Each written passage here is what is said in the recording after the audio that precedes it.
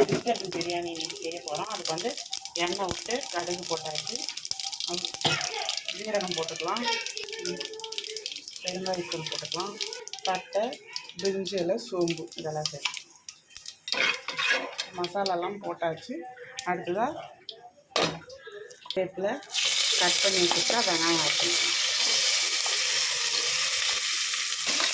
வெங்காயம் நல்லா வதங்கட்டும். அதுக்குள்ள நம்ம ஒரு மசாலா ரெடி பண்ணிக்கலாம். ஏன்னா வெஜிடபிள் பிரியாணினா மின்ட் ஃப்ளேவரில் தான், மின்ட் அண்டு கொத்தமல்லி ஃப்ளேவரில் நம்ம வெஜிடபிள் ரைஸ் செய்யப்போம். புதினா ஒரு கைப்பிடி, கொத்தமல்லி ஒரு கைப்பிடி அளவு எடுத்துருக்கோம். கூட வந்து பச்சை மிளகா நம்ம காரத்துக்கு ஏற்ற மாதிரி பச்சை மிளகா போட்டு இப்போ இதை வந்து நைஸாக அரைச்சி எடுத்துக்கலாம்.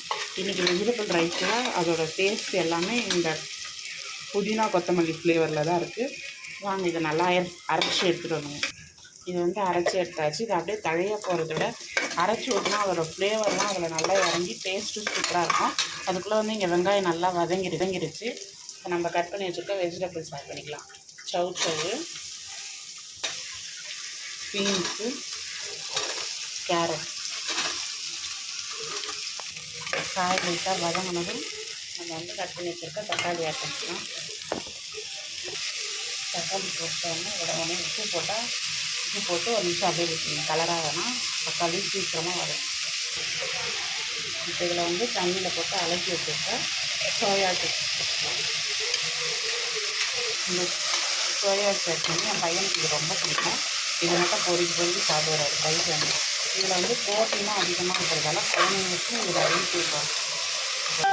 பிரியாணி மசாலா போட்டுக்கலாம். வச்சுப்போம் கரம் மசாலா ஒரு 3/4 ஸ்பூன் அதை போட்டுக்கலாம். எல்லாம் மிக்ஸ் பண்ணிவிட்டு நம்ம அரைச்சி வச்சுருக்க கொத்தமல்லி புதினா பேஸ்ட் ஆட் பண்ணிக்கலாம்.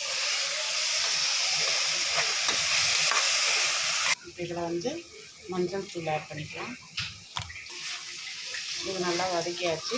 இப்போ இதில் வந்து நம்ம 1 மணி நேரம் முன்னாடியே ஊற வச்சுருக்கோம் அரிசி. நார்மலாக சாப்பாட்டு அரிசி தான். இதை போட்டுக்கலாம். இதுக்கு வந்து பாஸ்மதி ரைஸ் போட்டால் இன்னும் சூப்பராக இருக்கும்.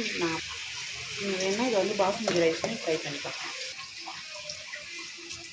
அரிசி போட்டு நல்லா மிக்ஸ் பண்ணிவிட்டு இப்போ தண்ணி ஊற்றிக்கலாம். 1 கப் அரிசிக்கு வந்து 2 கப் தண்ணின்னு கணக்கு பண்ணி ஊற்றலாம். நாங்கள் வந்து இப்போமே தோராயமாக தான் ஊற்றுவோம். இந்த அரிசி நல்லா முழுகிற அளவுக்கு தண்ணி ஊற்றினா போதும். தண்ணி வந்து தேவையான அளவு ஊற்றியாச்சு. அவ்வளோதான். இப்போ இதை வந்து 3 விசில் விட்டு எடுத்துக்கலாம். 3 விசில் வந்து இந்த ப்ரெஷர்லாம் அடங்கிடுச்சு. இப்போ ஓப்பன் பண்ணி பார்க்கலாம். வாசனை வந்து நல்லா கமகமாக வந்து நம்மளோட வெஜ் பிரியாணி சூப்பராக ரெடி ஆகிடுச்சு. இப்போ இதை நல்லா கலந்து விட்டுக்கலாம்.